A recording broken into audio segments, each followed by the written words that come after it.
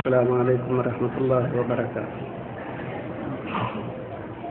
ان الحمد لله نحمده ونستعينه ونستغفره ونعوذ بالله من شرور انفسنا ومن سيئات اعمالنا. من يهده الله فلا مضل له ومن يضلله فلا هادي له. واشهد ان لا اله الا الله وحده لا شريك له واشهد ان محمدا عبده ورسوله. اما بعد فإن خير الحديث كتاب الله وخير الهدي هدي محمد صلى الله عليه وسلم وشر الأمور محدثاتها وكل محدثة بدعة وكل بدعة ضلالة وكل ضلالة في النار. فأعوذ بالله من الشيطان الرجيم. يا أيها الذين آمنوا كلوا من طيبات ما رزقناكم واشکروا للہ ان کنتم ایاہ تعبدون. سبحانک لا علم لنا الا ما علمتنا انک انت العلیم الحکیم. محترم سامعین، علماء کرام، پہلا موقع ہے کہ میں جبیل میں حاضر ہوا ہوں اور بڑا اہم موضوع مجھے دیا گیا رزق حلال کا. اللہ تعالیٰ سے سوال کرتا ہوں کہ وہ مجھے حق اور سچ کہنے اور ہم سب کو اس پر عمل کی توفیق دے. اللہ تعالیٰ کا نظام اور قانون اور اللہ تعالیٰ کی شریعت میں ساری چیزیں موجود ہیں، چاہے وہ عبادات سے متعلق ہوں، اخلاق سے متعلق ہوں یا معاملات سے متعلق ہوں. ہم لوگ جس قدر کمائی اور روزی کے لیے محنت کرتے ہیں، اگر اسی قدر محنت ہماری دین کے لیے ہو جائے تو شاید ہمارے لیے کامیابی مقدر ہو جائے.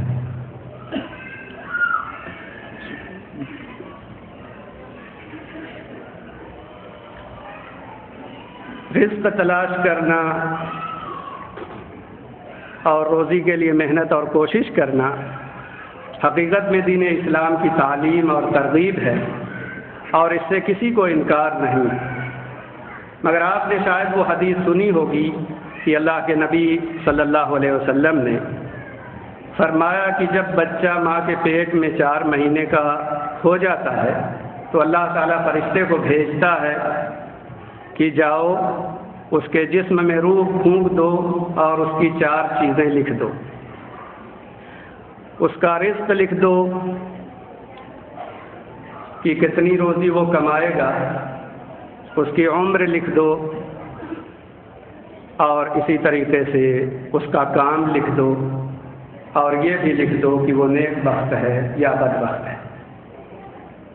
تو ان 4 چیزوں میں ہماری روزی، ہمارے رزق سے متعلق چیزیں اللہ رب العالمین کی طرف سے لکھ دی گئی کہ کون انسان اس زندگی میں کس قدر کمائے گا اور کس قدر حاصل کرے گا. جس قدر بھی ہم محنت کر لیں اپنی لکھی ہوئی روزی سے زیادہ حاصل نہیں کر سکتے، تو کیوں نہ حلال اور جائز طریقے سے ہم محنت کریں اور اللہ کی لکھی ہوئی روزی کو حاصل کریں.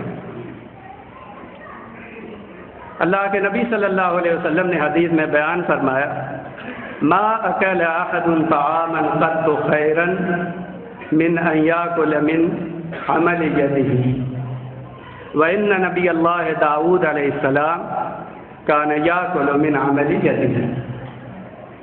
کوئی انسان اپنے ہاتھ کی کمائی سے بہتر کوئی کھانا اس کائنات میں نہیں کھایا. سب سے بہتر کمائی انسان کی اپنی کمائی ہے، اپنے ہاتھ کی کمائی ہے جو وہ کماتا ہے اور کھاتا ہے. اور اللہ کے نبی داؤد علیہ السلام اپنے ہاتھ کی کمائی کھاتے تھے. دیکھیے اللہ کے نبی صلی اللہ علیہ وسلم نے بہترین کمائی اپنا عمل اور اپنی محنت اور اپنی کوشش کو بتایا ہے. اور داؤد علیہ السلام کی یہی محنت اور کوشش تھی، اور اپنی محنت اور کوشش سے وہ کھاتے اور کماتے تھے۔ تو اس سے ہمیں یہ ترغیب ملتی ہے کہ مسلمانوں کو محنت کرنا چاہیے، کوشش کرنی چاہیے، اور حلال روزی کمانے کے لیے جد و جہد کرنی چاہیے۔ احادیث میں بکثرت بیان آیا ہوا ہے حلال روزی حاصل کرنے کا۔ اللہ کے نبی صلی اللہ علیہ وسلم فرماتے ہیں، ایھا الناس، اے لوگو، تمہارے لیے اللہ رب العالمین کی طرف سے روزی جو مقرر ہے اس کے لیے محنت کرو اور کوشش کرو۔ کوئی بھی نفس مرنے سے پہلے وہ تمام رزق حاصل کرے گا جو اس کے لیے لکھ دیا گیا ہے۔ جب تک وہ اپنی مکمل روزی حاصل نہیں کر لے گا تب تک اس کی موت واقع نہیں ہوگی۔ تو آپ نے فرمایا فاتقوا اللہ واجملوا فی الطلب، تو اللہ رب العالمین سے ڈرو اور روزی کمانے میں اچھائی اور خوبی اختیار کرو، یعنی حلال روزی کماؤ، حرام طریقے سے روزی حاصل کرنے کی کوشش نہ کرو۔ تو دیکھیے اللہ کے نبی صلی اللہ علیہ وسلم کس طرح ترغیب دیتے ہیں کہ جو انسان بھی اس دنیا میں آیا ہے اس کے لیے رزق مقرر ہے تو وہ ضرور اسے حاصل کرے گا۔ اب اسے چاہیے کہ وہ نبی صلی اللہ علیہ وسلم کے بتائے ہوئے طریقے کے مطابق حاصل کر رہا ہے یا اس سے ہٹ کر کے اپنی روزی کما رہا ہے۔ اور اسی طریقے سے اللہ کے نبی صلی اللہ علیہ وسلم نے حدیث میں یہ بھی بیان فرمایا کہ سب سے بری روزی، اصلاً بری روزی اور حرام روزی جو لوگ اس کے لیے محنت کرتے ہیں اور کوشش کرتے ہیں وہ کبھی راحت اور سکون سے زندگی نہیں گزارتے، کبھی بھی۔ یہاں تک کہ دیکھیے نبی صلی اللہ علیہ وسلم فرماتے ہیں کہ تم لوگ میرے پاس اپنے مقدمات اور فیصلے لے کر کے آتے ہو، اور جو کچھ میں سنتا ہوں تمہاری باتیں اس کے مطابق میں فیصلہ کر دیتا ہوں۔ ہو سکتا ہے کسی کی حجت اور کسی کی گفتگو اتنی مضبوط ہو کہ میں اس کی بات سن کر کے اس کے مطابق فیصلہ کر دوں، تو اگر کسی شخص کے لیے میں نے فیصلہ کر دیا کسی چیز کا یا کسی دوسرے کا حق کاٹ کر کے اس کو دے دیا تو وہ ہرگز اسے حاصل نہ کرے، اسے نہ لے، میں اس کے لیے جہنم کی آگ کاٹ کے دے رہا ہوں۔ اب آپ دیکھیے کہ کبھی کبھی ایسا ہوتا ہے کہ ایک آدمی حق پر نہیں ہوتا اور حرام طریقے سے وہ حاصل کرنا چاہتا ہے کسی دوسرے کا مال، کبھی دوسرے کا گھر، کبھی اس کی جائیداد، اور اپنا مقدمہ کورٹ میں پیش کر دیتا ہے۔ اب یہ مقدمہ جو وہ پیش کرتا ہے کورٹ میں اور اپنے وکیل کو رشوت اور گھوس دے کر کے اسے بہت سی چالیں سمجھاتا ہے اور اس طریقے سے دوسرے کا حق چھیننا چاہتا ہے، تو معلوم ہونا چاہیے کہ اگر قاضی اس کے حق میں فیصلہ بھی کر دے جبکہ وہ چیز اس کی نہیں دوسرے کی ہے تو اسے معلوم ہونا چاہیے کہ یہ جہنم کی آگ کھا رہا ہے۔ اب اس کا جی چاہے اب وہ یہ سمجھ لے کہ اسے یہ چیز لینی چاہیے یا رد کر دینی چاہیے۔ ضرور اگر اللہ سے ڈرنے والا ہوگا، آخرت پر ایمان رکھنے والا ہوگا تو ضرور وہ چیز رد کر دے گا، قبول نہیں کرے گا۔ اور اللہ کے نبی صلی اللہ علیہ وسلم نے حدیث میں یہ بھی بیان فرمایا، کل جسد نبت من سحت فالنار اولی بہ، کہ جو جسم حرام مال سے پلا ہو جہنم اس کے لیے زیادہ سزاوار ہے۔ اب یہ جسم ہمارا پلے یا ہمارے بچوں کا پلے اور ہم اسے کھائیں اور پھر جہنم میں جائیں، اصلاً انسان کی یہ کوشش ہوتی ہے کہ جس قدر بھی مال آنے دو، چاہے وہ حلال طریقے سے آئے یا حرام طریقے سے۔ تو ہوتا یہ ہے کہ لوگ یہ سمجھتے ہیں جو ہمارے ہاتھ میں آ گیا وہ ہمارا ہے، چاہے وہ حلال طریقے سے آیا ہو یا حرام طریقے سے، اب وہ اس کو خوشی خوشی استعمال کرتا ہے، خود کھاتا ہے، اپنے اہل و عیال کو کھلاتا ہے، اور وہ یہ سمجھتا ہے کہ اس نے بازی مار لی اور بہت سی اہم چیزیں اس نے حاصل کر لی۔ لیکن اب آپ دیکھیے کہ اللہ کے نبی صلی اللہ علیہ وسلم کیا فرماتے ہیں ایسے شخص کے لیے جو حرام روزی کماتا ہے، کھاتا ہے اور اس کے لیے محنت اور کوشش کرتا ہے۔ آپ فرماتے ہیں کہ تم لوگ رزق حاصل کرتے ہو اور اس کے لیے محنت اور کوشش کرتے ہو، تو اللہ رب العالمین نے جو حکم دیا ہے اپنے نبی کو وہی حکم دیا ہے مومنوں کو۔ تو اللہ رب العالمین نے ارشاد فرمایا یا ایھا الرسول کلوا من الطیبات واعملوا صالحا انی بما تعملون علیم۔ اے رسولو، پاکیزہ روزی کھاؤ اور نیک عمل کرو، جو تم کرتے ہو میں اسے جانتا ہوں۔ اصلاً جو لوگ پاکیزہ روزی کھاتے ہیں، اس کے لیے محنت کرتے ہیں، انہی لوگوں کو نیک عمل کی توفیق ملتی ہے، اور جن کو یہ خواہش نہیں یا جن کا یہ ارادہ نہیں کہ وہ پاکیزہ اور حلال روزی کھائیں، ان کو اکثر ایسا ہوتا ہے کہ اللہ تعالیٰ عمل صالح سے دور رکھتا ہے، نیکیوں کی انہیں توفیق نہیں ملتی۔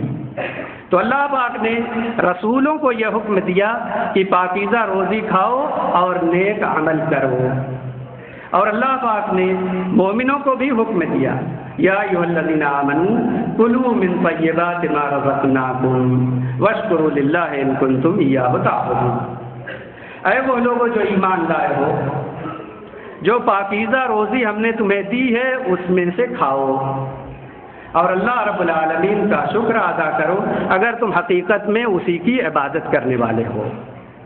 تو اگر انسان حقیقت میں اللہ رب العالمین کو ایک جانتا ہے اور اسی کی عبادت کرتا ہے اور یہ سمجھتا ہے کہ وہی معبود برحق ہے، تو اسے پاکیزہ روزی کھانا چاہیے اور اسی کے لیے محنت اور کوشش کرنی چاہیے۔ پھر حدیث میں لکھا ہے کہ نبی صلی اللہ علیہ وسلم نے ایسے آدمی کا ذکر کیا، ذکر الرجل یطیل السفر، ایسے آدمی کا ذکر کیا جو لمبا سفر کرتا ہے، اشعث اغبر، کہ وہ پراگندہ حال، پراگندہ سر ہے، غبار سے آلودہ ہے، یمد یدیہ الی السماء، اپنے ہاتھوں کو اٹھاتا ہے آسمان کی طرف، یا رب یا رب، وہ کہتا ہے اے میرے رب، اے میرے رب، وَمَطْعَمُهُ حَرَامٌ وَمَشْرَبُهُ حَرَامٌ وَمَلْبَسُهُ حَرَامٌ وَغُذِيَ بِالْحَرَامِ فَأَنَّىٰ يُسْتَجَابُ لِذَٰلِكَ۔ حالانکہ اس کا کھانا حرام ہے، اس کا پانی اور پینا حرام ہے، اس کا لباس حرام ہے، حرام مال سے اس کی پرورش ہوئی ہے، اس کو غذا ملی ہے، تو کیسے اس کی دعا قبول ہوگی؟ یعنی حرام مال کھانے سے ایک انسان ہاتھ اٹھاتا ہے، دعائیں کرتا ہے اور اس کی دعائیں قبول نہیں ہوتی، جبکہ آپ کو معلوم ہوگا کہ مسافر کی دعا قبول ہوتی ہے۔ 3 لوگ ایسے ہیں جن کی دعا رد نہیں کی جاتی، والد کی اپنی اولاد کے لیے، اور روزہ دار کی دعا رد نہیں ہوتی، اور اسی طریقے سے مسافر کی دعا رد نہیں ہوتی۔ اور یہ مسافر لمبا سفر کیے ہوئے ہے، غبار سے اٹا ہوا ہے، تکلیف میں ہے، پریشانی میں ہے، اپنے ہاتھ کو اٹھاتا ہے، اس کے باوجود اللہ رب العالمین اس کی دعا قبول نہیں فرما رہے ہیں۔ وجہ یہ ہے کہ وہ حرام کھاتا ہے، حرام پیتا ہے، حرام پہنتا ہے اور حرام مال سے اس کی پرورش ہوئی ہے، اس کی دعا کیسے قبول ہوگی؟ جبکہ ہاتھ اٹھانا خود ہی قبولیت دعا میں سے ہے۔ دعا کی قبولیت کے اسباب میں سے یہ بھی ہے کہ ہاتھ اٹھا کر کے انسان دعا کرے، اس کے باوجود مسافر بھی ہے، ہاتھ اٹھائے ہوئے ہے، تکلیف میں ہے، اللہ رب العالمین تو سب کی دعائیں سنتا ہے، قبول کرتا ہے، مگر جو انسان حرام کھائے، حرام مال سے اس کا جسم پلا ہو اور حرام کام کرتا ہو یا حرام کماتا ہو، تو معلوم ہونا چاہیے کہ اس کی دعا قبول نہیں ہوتی، اللہ رد کر دیتا ہے اس کی پریشانی اور اس کی تکلیف کے باوجود۔ اس لیے انسان حلال روزی حاصل کرے اور حلال کے لیے محنت کرے اور کوشش کرے۔ اب یہ حلال روزی کبھی آدمی صنعت و حرفت کے ذریعے سے حاصل کرتا ہے اور کبھی تجارت کے ذریعے سے حاصل کرتا ہے، مختلف انداز میں جیسے بھی وہ کمائے، اگر وہ پاکیزہ ہے اور دین اسلام نے اس کی اجازت دی ہے تو بالکل یہ محنت کی کمائی سب سے بہترین کمائی ہے۔ جو لوگ محنت کرتے ہیں، اپنا ہاتھ پاؤں چلاتے ہیں اور حلال طریقے سے روزی حاصل کرتے ہیں، وہ اس کائنات کے بہترین اور اچھے لوگ ہیں۔ ان لوگوں کو چاہیے کہ اسی طرح محنت کریں اور حلال کے لیے کوشاں رہیں، مگر کبھی حرام حاصل کرنے کی کوشش نہ کریں۔ جو چیز ہماری نہیں ہے وہ ہماری نہیں ہو سکتی، چاہے ہم اسے لے لیں۔ ما اصابک لم یکن لیخطئک، جو آپ کو مل گیا ہے وہ دوسری طرف نہیں جا سکتا۔ وما اخطأک لم یکن لیصیبک، جو دوسری طرف چلا گیا وہ آپ کو نہیں مل سکتا، کیونکہ اللہ نے جو چیز آپ کے لیے لکھی ہے وہ آپ کی طرف آئے گی، اور جو دوسرے کے لیے لکھی ہے وہ دوسرے کی طرف جائے گی۔ آپ کو معلوم ہوگا کہ ہمارے ملک میں چوری ڈکیتی کے بکثرت واقعات پیش آتے ہیں۔ بعض بڑے ڈاکو ایک ایک رات میں 3-3 4-4 لاکھ لوٹ کر کے لے آتے ہیں۔ آپ نے سنا ہوگا کہ ایک ہفتے کے اندر سارا مال غائب ہو گیا، کچھ بھی ان کے پاس موجود نہیں تھا۔ کیوں بھائی؟ اگر وہ مال اتنی بڑی تعداد میں ہے تو خوب فائدہ اٹھاتے، کیوں غائب ہو گیا اور ایک ہفتے کے اندر سارا مال ختم ہو گیا؟ کیونکہ وہ آپ کا نہیں تھا، وہ دوسروں کا تھا۔ تو آپ اگر لے کر کے آئیں بھی تو آپ کے پاس رک نہیں سکتا، کیونکہ اللہ رب العالمین نے آپ کے لیے اس کو نہیں لکھا ہے۔ وہ جس کے لیے لکھا ہے حقیقت میں حق اسی کا تھا۔ تو ہم جس روم میں رہتے ہیں، ہمارے روم پارٹنر ہیں اور دوسرے لوگ ہیں، اگر ان کے پیسے روم میں ان کے بیڈ پر موجود بھی ہوں تو ہمیں ہاتھ نہیں لگانا چاہیے۔ یہ یقین رکھنا چاہیے کہ جو رزق اللہ تعالیٰ نے ہمارے لیے لکھا ہے وہ ہمیں ملے گا، دوسرے کا لے کر کے ہم لوگ مالدار نہیں ہو سکتے۔ اس کو ویسے ہی چھوڑے رکھیں چاہے وہ بیڈ پر اوپر نظر آتا ہو، کیونکہ وہ ہمارا نہیں ہے۔ اور اگر کوئی حرام چیز حاصل کرتا ہے اور پھر اسے خرچ کرتا ہے اور یہ کہتا ہے کہ چلو میں اس کی زکوٰۃ نکال دیتا ہوں، اس طرح میرا یہ مال پاک ہو جائے گا، تو حرام کی زکوٰۃ نکالنے سے وہ مال پاک نہیں ہوتا۔ جو حرام ہے وہ حرام ہی رہے گا۔ ان اللہ طیب لا یقبل الا طیبا، اللہ تعالیٰ طیب ہے، پاک ہے، اور وہ پاکیزہ چیز ہی کو قبول کرتا ہے۔ اور کوئی بھی آدمی جو خرچ کرتا ہے اپنا پاکیزہ مال، اور اللہ رب العالمین پاکیزہ مال ہی کو قبول کرتا ہے، چاہے وہ ایک کھجور کا ٹکڑا ہو، تو حدیث میں لکھا ہے کہ وہ کھجور کا ایک ٹکڑا اللہ تعالیٰ اسے اپنے داہنے ہاتھ سے قبول کرتا ہے، لیتا ہے، اور وہ اللہ کے ہاتھ میں، اللہ کی ہتھیلی میں پرورش پاتا ہے۔ وہ ایک کھجور کا ٹکڑا اللہ کے ہاتھ میں پرورش پاتا ہے، حتی تکون مثل الجبل، یہاں تک کہ وہ پہاڑ کی طرح بن جاتا ہے، اعظم من الجبل، پہاڑ سے بھی بڑا بن جاتا ہے۔ تو آپ دیکھیے کہ اللہ رب العالمین کس طرح اس کی پرورش کرتے ہیں۔ حدیث میں لکھا ہے کما یربی احدکم فلوہ او فصیلہ، جیسے تم میں سے کوئی آدمی اونٹنی کے بچے کو یا گھوڑے کے بچے کو خوب کھلاتا ہے، پلاتا ہے، اس کی پرورش کرتا ہے، بڑا ہوتا ہے، اللہ رب العالمین ہماری حلال اور پاکیزہ کمائی میں سے تھوڑی سی چیز، کھجور کا ایک ٹکڑا ہی نکلے تو اللہ رب العالمین اسے پڑھاتے ہیں، اس کی پرورش کرتے ہیں، یہاں تک کہ وہ کھجور کا ایک ٹکڑا پہاڑ سے بھی بڑا بن جاتا ہے۔ تو یہ حلال کمائی کا نتیجہ ہے۔